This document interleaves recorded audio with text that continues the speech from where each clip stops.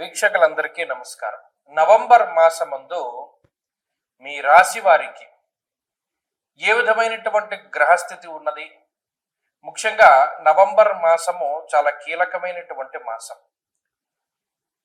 ఈ మాసమందు అనేక గ్రహాల తాలూకు స్థితిగతులు, ఉదాహరణకి అతిచారంలో ఉండేటువంటి గురువు తిరిగి వక్రగతిని ప్రారంభం చేయడం, చాలా కాలంగా వక్రగతిలో ఉన్నటువంటి శనేశ్వరుడు తన యొక్క వక్రగతిని పూర్తి చేసి మరలా రుజుమార్గంలో సంచరించడం, కుజుని యొక్క స్థితిగతులు, రవి యొక్క మార్పు, ఇలా అన్ని గ్రహాలు కూడా తమ యొక్క స్థానాలని కొంత ప్రభావితం చేస్తూ ఉన్నాయి. ఉదాహరణకి ఈ మాసంలో ఉండేటువంటి గ్రహస్థితిని గమనిస్తే 10వ తారీఖు దగ్గర నుండి బుధుని యొక్క వక్రగతి ప్రారంభమవుతుంది. అయితే ఈ మాసంలో బుధుడు వక్రించి ఉన్న రుజుమార్గంలో ఉన్న తులారాశిలోనే బుధుని యొక్క సంచారం ఉన్నది.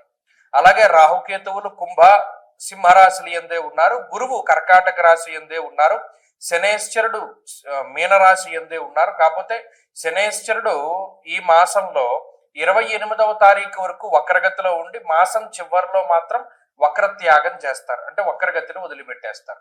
ఇవి ఫిక్స్డ్ గా ఉండేటువంటి గ్రహాలు. వీటితో పాటుగా శుక్రకుజులు కూడా వృశ్చిక రాశి ఎందే ఉన్నారు. అంటే మీరు గమనించండి, గురుడు, రాహువు, కేతువు, శనేశ్వరుడు, కుజుడు, బుధుడు, అలాగే ఈ మాసమందు శుక్రుడు కూడా ఆల్మోస్ట్ స్థిరంగానే ఉన్నారు. మిగతా గ్రహాలు అంటే పర్టికులర్ గా రవి గ్రహం యొక్క స్థితిగతులను గనక మనం పరిశీలన చేస్తే 16వ తారీఖు వరకు తులారాశి యందు, 16వ తారీఖు తర్వాత వృశ్చిక రాశి యందు రవి యొక్క సంచారం అనేటువంటిది ఉంటుంది. కాబట్టి ఈ మార్పు ప్రభావితం చెందిస్తూ ఉంటుంది. గురుని యొక్క అతిచారము, శని యొక్క వక్రగతి ముగింపు, ఇవన్నీ కూడా తీవ్రమైనటువంటి ప్రభావాన్ని చూపించబోతూ ఉన్నాయి ఈ నవంబర్ మాసంలో. కాబట్టి ఇటువంటి గ్రహ సంచారాన్ని అనుసరించి మీ రాశి వారికి ఏ విధమైనటువంటి ఫలితాలు కలగబోతూ ఉన్నాయి అనేటువంటి విషయాన్ని చాలా క్లుప్తంగా ఈ వీడియోలో మనం తెలుసుకునేటువంటి ప్రయత్నం చేద్దాం. మిథున రాశి వారికి ఉండేటువంటి గ్రహగతులను కనుక పరిశీలన చేస్తే ఈ నవంబర్ మాసంలో రాశి వారికి గురుబలం ఉన్నది, బుధ బలం ఉన్నది, శుక్రబలం ఉన్నది, రవి బలం ఉన్నది, కుజ బలం ఉన్నది. అంటే దాదాపుగా ఈ రాశి వాళ్ళకి 5 యోగించేటువంటి గ్రహాలు ఉన్నాయి. ఇందులో బుధ శుక్రులు కొంత అటు ఇటుగా కొన్ని రోజులు యోగించకుండా ఉండొచ్చు కాక అది వేరే విషయం. 16వ తారీఖు వరకు రవి బలం లేకపోయినా 16 దాటాక రవి బలం కంప్లీట్ గా వచ్చినటువంటి తరుణంలో మిథున రాశి వారికి ఇది నిజంగా గొప్ప మాసంగా చెప్పవచ్చు. ఎందుకంటే కారణం, గత మాసంలో చూడండి యోగించేటువంటి గ్రహాలు ఏమీ లేవు. కేవలం ఏదో ఒక గ్రహం మాత్రమేనో 2 గ్రహాలు మాత్రమే, అది కూడా చిన్నగా యోగిస్తూ ఉన్నటువంటి తరుణం. కానీ ఇప్పుడు అలా కాదు, చాలా డామినేటివ్ ప్లానెట్స్. గురుడు దీర్ఘ సంచార గ్రహం తన యొక్క అతిచార వక్రగతుల వల్ల 2వ స్థానాన్ని పొంది యోగిస్తూ ఉన్నటువంటి స్థితి. 2 కుజుడు చాలా ముఖ్యమైనటువంటి గ్రహం. ఎంతో కాలమైంది ఆయన యోగించి, 6 నెలలు దాటిపోతుంది. ఇప్పుడు ఆయన యోగిస్తూ ఉన్నారు. ఆ తర్వాత రవి 3 నెలల తర్వాత యోగిస్తూ ఉన్నారు. ఆ తర్వాత బుధ శుక్రులు. అంటే గమనించండి, షష్ఠే రవౌ సుసౌఖ్యాదిన్యత్ర కార్య అర్థ సాధనం మనస్సౌఖ్యం సదానందం. అలాగే షష్ఠ స్థానమందు వస్త్రలాభో ధాన్యలాభ ధనలాభ యశస్తథా. ఏది చెప్పినా కూడా లాభము, సౌఖ్యము, మానసిక ప్రశాంతత, ఆర్థికాభివృద్ధి, ఉద్యోగాభివృద్ధి, ధనాభివృద్ధి, వంశాభివృద్ధి, వీటి గురించే మాట్లాడింది శాస్త్రం. కాబట్టి మిథున రాశి వారికి ఇది చాలా గొప్ప మాసంగా చెప్పుకోవచ్చును. అటు గురువు ఆయన నూతన వాహనాలు, నూతన గృహములు, నూతన ఆభరణములు, వస్తువులు, వస్త్రాలు, వీటికి సంబంధించి ఆయన ప్రసాదిస్తారు. రుణబాధలు, రోగబాధలు, శత్రుబాధలు తగ్గడానికి కుజరవులు ఉపయోగిస్తారు. అక్కడ షష్ఠ స్థానమందు సుసౌఖ్యాది, సౌఖ్యవంతమైనటువంటి రోజులు ఉండడానికి. మరి అక్కడ రవి ఉపయోగపడుతున్నారు, కుజుడు ఉపయోగపడుతున్నారు, శత్రు నాశనానికి ఉపయోగపడుతున్నారు. బుధ శుక్రులు ఇద్దరు కూడా సపోర్టివ్ గా ఉపయోగపడతారు. అంటే ఎవరైనా మనకి వచ్చి సపోర్ట్ చేసేటువంటి పరిస్థితి. గతంలో ప్రతిదీ ఒంటరిగా కష్టపడ్డటువంటి ఈ రాశి వారికి అంత కష్టపడేటువంటి పరిస్థితులు ఉండవు. కాబట్టి ఇక్కడ అనేక రకాలైనటువంటి వాటి నుండి విడుదల, విముక్తి అని చెప్పవచ్చును.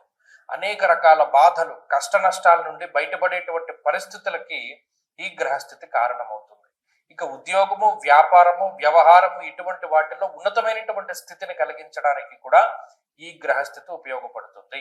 కాబట్టి గత మాసాలతో పోల్చుకుంటే ఖచ్చితంగా మిథున రాశి వారికి ఇది చాలా అద్భుతమైనటువంటి సమయము. వారు మంచి ఉన్నతమైనటువంటి స్థితిలో ఉంటారు. అటు ఉద్యోగంగా పరంగా కానివ్వండి, ఆరోగ్య పరంగా కానివ్వండి, కుటుంబ పరంగా, శుభ కార్యక్రమాలకి సంబంధించి, సంతానోత్పత్తికి సంబంధించినటువంటి విషయాలు, ఇలా అనేక రకాలైనటువంటి అంశాల్లో అభివృద్ధి కనబడుతూ ఉన్నది. చాలా కాలంగా అమ్ముడు అవ్వనటువంటి మీ ప్రాపర్టీస్ అమ్ముడవుతూ ఉండడం, ఏదైనా లిటిగేషన్ లో ఉంటే అవన్నీ కూడా బయటపడుతూ ఉండడం, కోర్టు వ్యవహారాలు ఒక కొలిక్కి వస్తూ ఉండడం, ఇలా అనేక రకాలైనటువంటి అంశాలు ఈ రాశి వారికి అనుకూలంగా ఉంటాయి. కాబట్టి మిథున రాశి వారి యొక్క గ్రహగతులు బాగున్నాయి. మరిన్ని అనుకూలమైనటువంటి ఫలితాలను సాధించడానికి ప్రతిరోజు కూడా రుద్రకవచాన్ని పారాయణ చేస్తూ ఉండడం చెప్పదగినటువంటి సూచన. ఈ ఆశ్వీజ కార్తీకాల్లో ముహూర్తాలు ఉంటాయి. ప్రత్యేకించి నవంబర్ నెలలో ఉండేటువంటి పెళ్లి ముహూర్తాలు అంటే నిజంగా కార్తీక మాసంలో ఉండేటువంటి పెళ్లి ముహూర్తాలు అత్యంత బలమైనటువంటి పెళ్లి ముహూర్తాలు, దాంట్లో ఏమాత్రం సందేహం లేదు. అయితే చాలా మంది నన్ను అంటే ఈ మధ్యకాలంలో నేను ఎక్కువ విన్నాను, ఎందుకంటే ఇప్పుడు ఈ ఆగస్టు నెలలో పెళ్లి కుదుర్చుకుని అక్టోబర్ నవంబర్లో పెళ్లి చేసుకుందామండి, మా వాళ్ళేమో విదేశాల్లో ఉన్నారు, అక్కడ నుండి టికెట్లు బుక్ చేసుకోవాలి, మాకు ఎవరో చెప్పారండి కార్తీక మాసంలో పెళ్లి చేయకూడదుట, కార్తీక మాసంలో పెళ్లి చేస్తే చాలా ఇబ్బందిట, లేదు పెళ్లికేం దోషం లేదన్నారండి, కానీ శుభ కార్యక్రమం ఆ రోజు చేయకూడదు, అంటే గర్భాధానం ఇంకా చెప్పాలంటే ఫస్ట్ నైట్ లాంటివి చేయకూడదుటండి, అలా చేస్తే చాలా అరిస్ట్ అంటది. కార్తీక మాసం అంటే శుభ కార్యక్రమాలు అంటే మన పుణ్యమాసం కదా, మనం గుడ్డు తినం లేకపోతేనేమో నాన్ వెజ్ తినం మానేస్తాం, అలాంటిది మరి ఈ ఫస్ట్ నైట్లు అవన్నీ ఎలా చేస్తారండి, గర్భాధానాదులు ఎలా చేస్తారండి, అందుకనే కార్తీక మాసంలో పెళ్లి చేయకూడదని చెప్పారండి అన్న మాటలు నాకు ఈ మధ్యకాలంలో చాలా వినబడ్డాయి. విస్మయానికి గురయ్యాను నేను. ఏమిటిది ఇంత వ్యతిరేకమైన ప్రచారం కనబడుతోంది. ఇంకొక ప్రచారం కూడా కనబడింది, అది ఇంకో వీడియో చేద్దాం అనుకున్నాను కానీ దానికి అంత అవసరం లేదు. ఏమంటే పెద్దవాళ్ళు పైన ఉండాలి, చిన్నవాళ్ళు కింద ఉండాలి తండ్రి ఇంట్లోనూ. మా ఊర్లో అందరూ చెప్పుకుంటున్నారు పెద్దవాళ్ళు పైనే ఉండాలి, చిన్నవాళ్ళు కింద ఉండాలంటే, అలా లేకపోతే అరిష్టం జరుగుతుందిట అని. ఇదేంటమ్మా ఇలాంటి వింత పోకళ్ళు ఎక్కడి నుండి వస్తున్నాయి? మీకు ఒక చిన్న సూక్ష్మం చెప్తాను వినండి. ఇప్పుడు పెద్దవాళ్ళ భుజాల మీదకి ఎక్కి పిల్లలు ఆడుకుంటారు, అవునా కదా అని అడిగాను. అవునండి, పెద్దవాళ్ళ భుజాల మీద ఎక్కి చిన్నపిల్లలు ఆడుకుంటారు. అంటే అప్పుడు పెద్దవాళ్ళు ఎక్కడున్నారు? కింద ఉన్నారు. పిల్లలు ఎక్కడున్నారు? పైన ఉన్నారు. అంటే పెద్దవాళ్ళు కింద ఉండాలి, చిన్నవాళ్ళు పైన ఉండాలి. అంటే గ్రౌండ్ ఫ్లోర్లో తండ్రి గారు, పై ఫ్లోర్లో అన్నగారు, పై ఫ్లోర్లో తమ్ముడు, ఆ పై ఫ్లోర్లో అందరికన్నా చిన్న తమ్ముడు, అలా ఉండొచ్చు. ఇంకొక రకంగా అసలు ఈ శాస్త్రం ఎందుకు పెట్టారండి అంటే పెద్దవాళ్ళు వయసులో పెద్దవాళ్ళు కాబట్టి మెట్లెక్కి అన్ని ఫ్లోర్లు పైకి ఎక్కలేరు కాబట్టి వారు కిందే ఉంటారు. వచ్చిన వాళ్ళ గురించి వాళ్ళు ఆరా తీస్తూ ఉంటారు. పెద్దవాళ్ళు కాబట్టి అన్ని విషయాలు తెలుస్తాయని వాళ్ళని కింద పెట్టారు. చిన్నవాళ్ళు పైకెక్కగలరు, శరీరం సహకరిస్తుంది కాబట్టి పైన ఉండాలి అన్నది కూడా వాస్తులో మర్మం. దీన్ని మార్చేసి పెద్దవాళ్ళు పైన ఉండాలి, చిన్నవాళ్ళు కింద ఉండాలని మొదలుపెట్టారు. ఇది నేను ఆశ్చర్యపోయినటువంటి విషయం. ఇంకొకటి, ఈ కార్తీక మాసంలో పెళ్లి చేయకూడదటండి, పెళ్లి చేసినా కూడా ఈ శుభకార్యం చేయకూడదటండి అని మొదలుపెట్టారు. ఎవరు ప్రచారం చేస్తున్నాడు ఇవన్నీను? తప్పు కదా. ఇప్పుడు ఒక విషయం చెప్తాను, గుర్తుపెట్టుకోండి. కార్తీక మాసము అన్నది నా కార్తీక సమో మాస, అసలు దాంతో సమానమైనటువంటి మాసం లేదు. దేనికి? దానం చేయడానికి. కన్యాదానంలో ఒక సంకల్పం చెప్తారు, దశా పూర్వేషాం దశా పరేషాం మద్వంశానాం మాతృవంశానాం పితృ నరకాతుత్తీర్య శాశ్వత స్వర్గలోక ప్రాప్త్యర్థం కన్యాదానం అహంకరిష్యే అని చెప్పి ఆ కన్యాదాత సంకల్పం చెప్తాడు. అంటే ఏంటి? ఇటు దశాపూర్వేశాం దశాపరేషాం అంటే 10 తరాల ముందు 10 తరాల తర్వాత ఉన్నటువంటి వాళ్ళు ధరించిపోవడానికి ఈ కన్యాదానం చేస్తున్నాను నేను, సాలంకృత సహిరణ్యోదక కన్యాదానం అహంకరిష్యే, అలంకారం చేసి కన్యాం కనక సంపన్నాం కనకాభరణైర్యుతాం అంటే అంత కనకాభరణాలతో కూడా అలంకారం చేసి దానం చేస్తున్నాను అంటే ఎంత తరించిపోతారు. ఒక బంగారం దానం చేయడమే చాలా కష్టం ఈ రోజుల్లో. అలాంటిది అన్ని కాసుల బంగారము, అంతకన్నా విలువైనటువంటి అమ్మాయిని దానం చేస్తే కలియుగంలో, అందులోనూ కార్తీక మాసంలో ఈ 21 తరాల వాళ్ళు ఎంత తరించిపోతారు. ఈ విషయాన్ని మానేసి కన్యాదానం చేయకూడదు లేదా పెళ్లి చేయకూడదు అనేటువంటి ధోరణి రావడం అనేటువంటిది చాలా పొరపాటు. కాబట్టి అది తప్పు.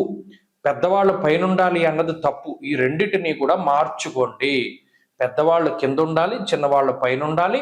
కన్యాదానం చేస్తే, కార్తీకంలో చేస్తే 21 తరాల వాళ్ళు తరించిపోతారు. కాబట్టి కార్తీక మాసంలో నిరభ్యంతరంగా వివాహాదులు చేసుకోవచ్చునో, దానికి ధర్మపరమైనటువంటి కామానికి ఏ విధమైనటువంటి లోపము లేదు, ఏ విధమైనటువంటి దోషము ఉండదు. ఎందుకంటే సృష్టి కార్యం జరగాలి, అది ధర్మబద్ధంగా జరిగితే అసలు బ్రహ్మగారు ఉన్నదే అందుకు, సృష్టి చేయమనే మానవులను సృష్టించాడు. కాబట్టి చక్కగా వివాహాదులు అవి చేసుకోవచ్చును, ఏ విధమైనటువంటి లోపము లేదు. స్వస్తి.